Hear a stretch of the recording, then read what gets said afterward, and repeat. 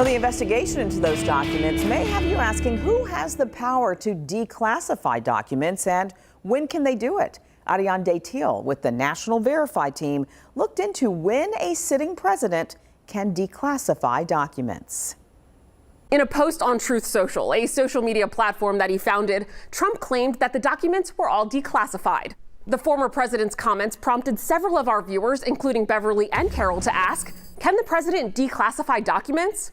So let's verify.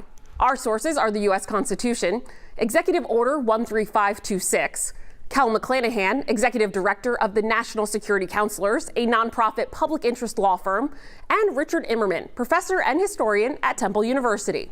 According to our sources, a president does have the authority to declassify documents while they're in office, but it isn't a formal process. Let me walk you through the levels of classification in the U.S. government and when presidents can and cannot exercise their power to declassify government records. The three levels of classification in the U.S. government are confidential, secret, and top secret. National security expert Cal McClanahan says the classification assigned to a document dictates the level of damage that its release would cause to the national security of the United States. According to the National Archives, a select group of government officials have classification authority, including the president, vice president, and agency heads. But let's focus on the president. The Supreme Court ruled the president's power over classified information comes from executive authority granted by the Constitution. A sitting U.S. president has wide-ranging authority to classify and declassify certain documents, but a former president does not.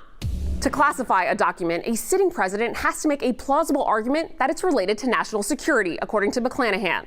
But he says there isn't the same requirement for declassifying documents. So we can verify, yes, a president can declassify documents, but there isn't a set protocol that they have to follow.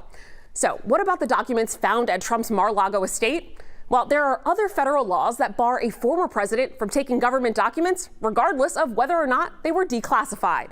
With your Verify, I'm Ariane Detil.